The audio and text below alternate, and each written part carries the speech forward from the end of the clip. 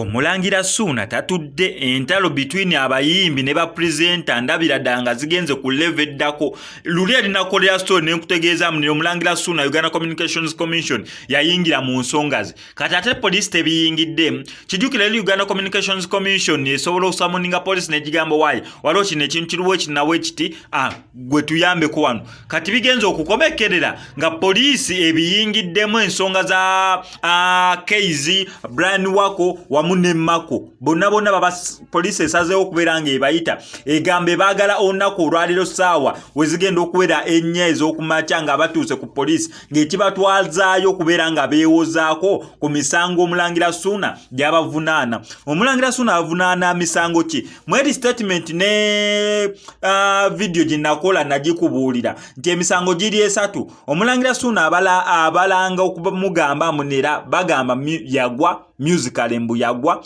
ekyo kyekisooka. Ekyokubiri bagamba baneeno mbu Omulangira Ssuuna alina essabo, muloga alina essabo. Then ekyokusatu bagamba Omulangira Ssuuna munera abakazi abakulu be bamukozesa ne bamuwa ssente, mbu ayagala abakazi abakulu abakadde ne bamukozesa mu bintu nga nawe omanye eby'omu kisenge ne bamuwa ssente. So ezo ensonga ssatu zanyiiza omukulu Omulangira Ssuuna era bw'atyo n'atwalayo omusango okubeera nga abaloopa. Neera Uganda Communication Commission ya interviewinga mu nsonga ze Omulangira Ssuuna bamuyita Ssuuna Emmanuel Abdul Shakur nga yavunaana ng'avunaana Kawalya Ssemulondo Isaac oyo abangi gwe tumanyinga Keizi, n'avunaana Wako Brian Kennedy oyo abangi gwe manyinga Brian Wako, n'avunaana ne Makuliro linnyanga linsobedde eno Makuliro Williams, Alize Mako Williams. So abo bonna nga bakozi ba Sanyuka TV program ya Sanyuka TV morning show ebeerawo. Actually bineno Omulangira Ssuuna byavunaana yamanyina ddirwe babyogera kwegamba si byambumbuleta akatambi tokalina akatamnebda